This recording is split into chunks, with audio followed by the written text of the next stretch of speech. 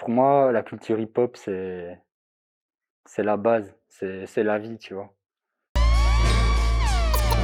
It's real hip hop music. I love hip hop. From from the soul, y'all.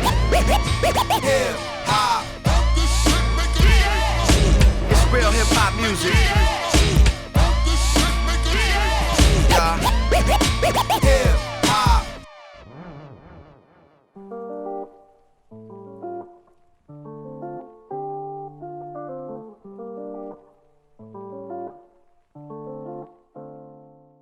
Bon, ben, moi, c'est Tok, Toker, Tokwaner, Toké, enfin, ça dépend. Et mon crew, ben, ONT. C'est le seul que j'ai pour l'instant. Je suis très content, voilà. Mon crew, ONT, signifie Our Noble Team, donc c'est un crew qui est né aux États-Unis. Et maintenant, on est plus ou moins une bonne centaine de membres un peu partout dans le monde. Et je grandis à Bruxelles, donc voilà, ma zone c'était Nerpet surtout. J'ai grandi à Anderlecht. Et bon, ben, à Nerpet, t'avais vraiment des trucs de fou. Je vais citer Défaut, qui faisait des pièces de malade déjà à l'époque. Le crew BCP en général, quoi, qui faisait toujours des trucs de dingue. T'avais les Wizards, je pense surtout à Magic, qui faisait aussi des persos abusifs, tu vois, franchement. Genre, je prenais toujours des claques en les voyant, quoi. Et puis, j'ai une pièce aussi qui m'avait marqué, c'est une pièce de Nichos et Morka. C'était une immense pieuvre avec un perso, enfin avec un bateau, enfin les détails étaient dingues. Mister Wani.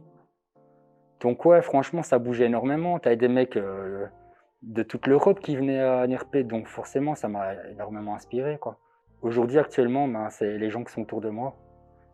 Il y a des mecs ben, comme Monsieur Tok, Krohn, des mecs que je fréquente depuis pas très longtemps maintenant, comme Bémol, Polio, enfin, CBX et tout ça.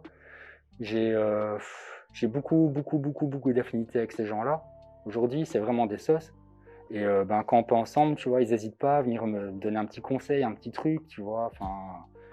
Et donc, c'est comme ça, tu vois. Je veux dire, moi, j'ai toujours mon style. J'ai pas vraiment d'influence, mais quand les gens me disent, ouais, tu testerais ça ou quoi, ben, je le fais. J'ai aussi mon pote Hippic, tu vois, qui est le représentant en France de notre crew, qui aussi n'hésite pas à m'envoyer des petits messages, à me motiver et tout. Donc, c'est mes sources d'inspiration, c'est les gens qui sont autour de moi, tu vois, ceux qui me font aller vers l'avant et continuent vraiment à essayer d'être toujours aussi carré dans mes pièces, quoi. Mon style, moi, d'aujourd'hui, clairement, comme tu as pu voir certaines pièces, c'est du cartoon, en fait, c'est vraiment cartoonesque. Je te dis, j'ai vraiment beaucoup, mais plus de temps et d'énergie dans les persos que dans mon lettrage, tu vois. Mon lettrage, je donne toujours des petites phases un peu cartoon, mais ce que je préfère vraiment, c'est les persos, quoi. Tu sais, j'aime bien que mon lettrage soit lisible, en fait. Mon but, c'est vraiment que mon lettrage soit visible et alors vraiment plus me concentrer sur les persos, quoi. Ça, c'est vraiment mon kiff. Donc, je dirais, ouais, mon style, c'est vraiment cartoon, quoi. Moi, à la base, j'ai arrêté le graphe pendant très longtemps. Après, on va pas dire que j'étais vraiment hyper actif et tout. Mais ici, quand j'ai repris, en fait, voilà, je sais pas, j'ai voulu un petit peu interpeller les gens et surtout les jeunes, tu vois. Et j'ai commencé à faire des petits persos à gauche, à droite. Et ouais, en fait, j'ai envie de rendre le graffiti un peu plus accessible, tu vois, moins agressif. Tu vois que justement, ben, ça suscite peut-être des vocations et que ça fasse surtout sourire les gens, tu vois, et les enfants, tu vois. Que vraiment, ça interpelle, mais dans le bon sens, quoi. Tu vois, que ça mette des bonnes vibes, en fait, tu vois. Moi, je pense pas qu'il y a vraiment des styles par rapport aux villes. Tu sais, il y a plein de trucs qui rentrent en jeu. C'est le nombre de mecs déjà qui sont sur le terrain. Tu vois, si t'as que 2 mecs dans une ville, forcément, ben ouais, t'auras un style qui est prédéfini, mais c'est parce que t'as que 2 mecs. Tu vois, je veux dire, aujourd'hui, maintenant, il y a beaucoup de gens qui voyagent, qui vont à gauche, à droite. Regarde-moi, je vais à BX, je vais à Tournai, je vais à Courtrai, boum, je vais à Liège, je vais un peu partout. Donc, tu vois, enfin, je pense que c'est pas les villes qui ont des styles de graffiti. Je pense que c'est plutôt les styles de graffiti qui donnent une certaine image à la ville, tu vois. Je veux dire, tu sais, t'as plein de facteurs qui rentrent en compte. Si t'as un dépôt, tu sais, il y a des mecs qui font poncer, t'as des mecs qui vont faire que du légal. Enfin, t'as plein de choses qui font en sorte que vraiment ça donne une âme aux villes. Donc je dirais que c'est plutôt l'inverse, tu vois. Je pense que c'est vraiment les graphes qui donnent un style aux villes, tu vois, et pas l'inverse. Une bonne fresque, pour moi, c'est déjà un fond. Honnêtement, je vois encore trop souvent des mecs qui viennent, qui claquent des trucs sur ta pièce là, à la One Again, tu vois. pour moi, déjà, une bonne fresque fait un fond, tu vois, c'est la base.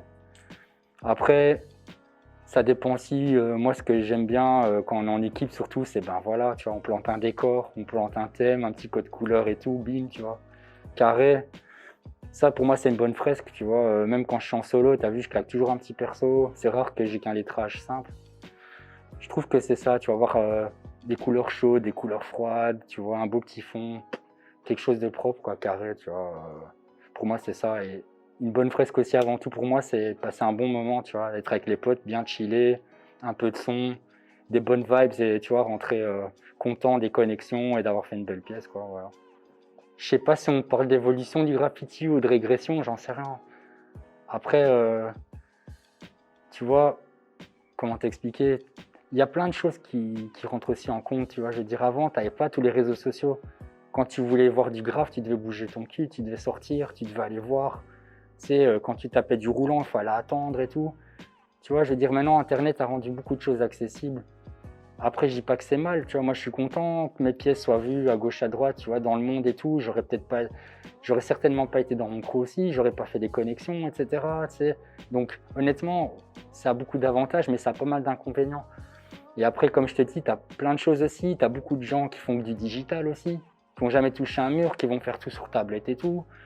Tu sais, nous, on devait sketcher aussi, donc forcément, tu vois, tu avais la main et tout. Et comme tu disais, il y a plein d'autres supports maintenant, tu vois, tu as le street art aussi. Donc, enfin, tu sais, toutes ces choses-là, je sais pas, on va vers l'inconnu, en fait. Et je sais pas si c'est une évolution, une régression, tu vois. Enfin, j'ai entendu des trucs aussi, tu sais, qui disaient que le street art, c'était la sublimation du graffiti.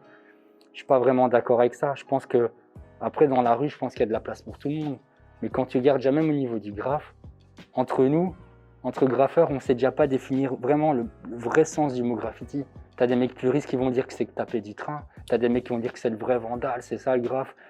Ceux qui font du légal, c'est pas bien, tu vois. Enfin, donc déjà entre nous, on sait pas vraiment donner une définition ou l'évolution du graffiti. Donc, honnêtement, cette question-là, elle est vraiment très, très, très, très compliquée à répondre. Donc, je dirais, on verra bien ce qui se passe.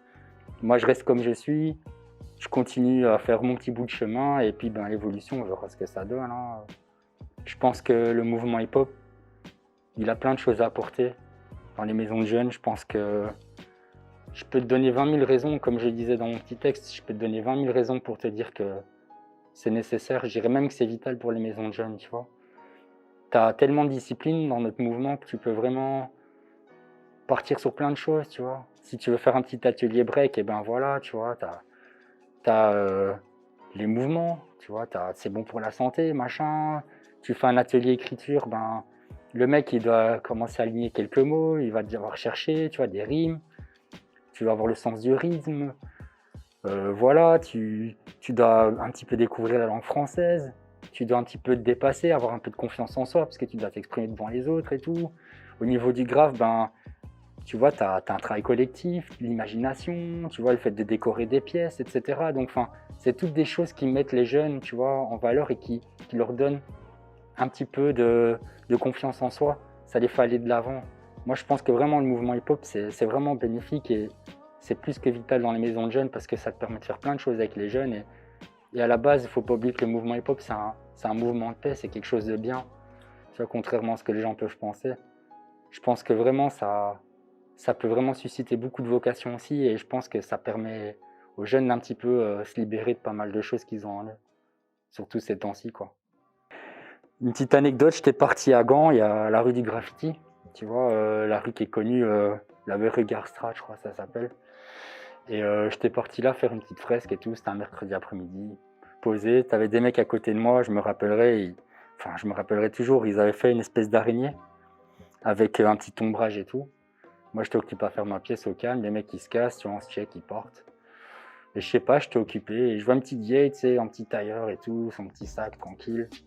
Elle vient avec ses deux petites filles, tu vois, je sais pas, elle se pose à 2 mètres de moi, elle dépose son petit sac. Tu sais, je fais pas attention, j'ai mon casque, je continue à peindre, la meuf, elle sort un petit sac en plastique, elle s'approche de l'araignée, tu sais, je fais pas plus attention que ça. Et en fait, elle sort une pocket, quoi, tu vois, des petites pockets, Montana. Et la meuf, je vois, sur l'araignée, comme ça, elle fait le logo Coco Chanel, quoi. Et je débloque, tu vois, je vois la mamie, elle est occupée à taper un truc, tu vois.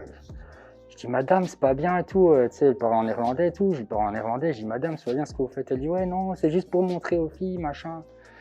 Tout. Je dis, madame, ça se fait pas. Tu sais, je lui explique un petit peu les codes et tout. Elle dit, ouais, mais je suis venu avec ma petite fille, machin. Enfin, bref, elle part, tu vois. Et puis, t'as les mecs qui reviennent, tu sais, tout contents et tout, pour montrer à d'autres potes et tout, tu vois. Puis, ils voient ce logo tout dégueulasse, tu vois, Coco Chanel tremblant et tout, tu vois, qui dégouline, tu vois. Donc, voilà, j'ai dû leur expliquer que c'était fait toyer par une petite vieille, quoi, tu vois. Franchement, c'était un truc de ouf, tu vois. Les mecs, ils étaient dégoûtés et tout. Enfin, voilà, quoi, c'est une petite anecdote un peu marrante, mais franchement, c'était sympa, quoi, tu vois. Alors, pour moi, la culture hip-hop, c'est beaucoup de choses. Déjà, pour moi, la culture hip-hop, c'est la base, c'est la vie, tu vois. Je veux dire,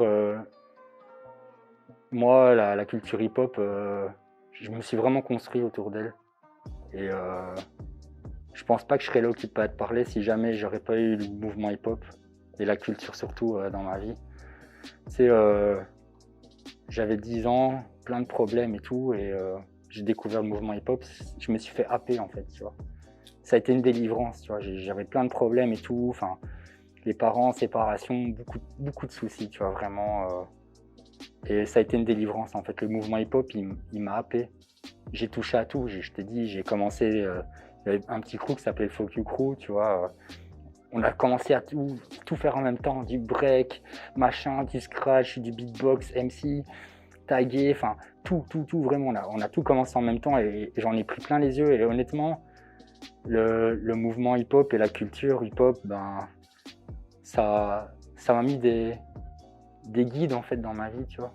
Ça m'a permis de m'ouvrir à d'autres personnes, ça m'a permis de rencontrer des gens qui ont fait un bout de chemin avec moi, puis on s'est séparés, de rencontrer des autres. Aujourd'hui, regarde, ben, moi je suis fier, tu vois, aujourd'hui. Je suis fier de pouvoir te parler, de te dire que la culture hip-hop, ben, c'est ma vie en fait. Je veux dire, si je l'aurais pas eu, je sais pas où j'en serais aujourd'hui, mais en tout cas, je pense pas que je serais très bien loti.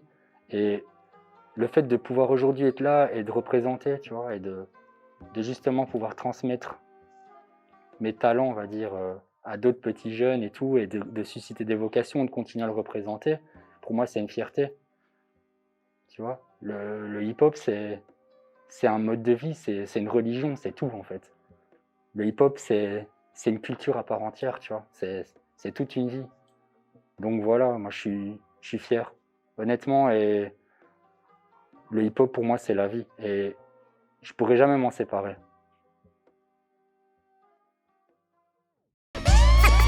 From the soul, y'all. Hip hop. It's real hip hop music.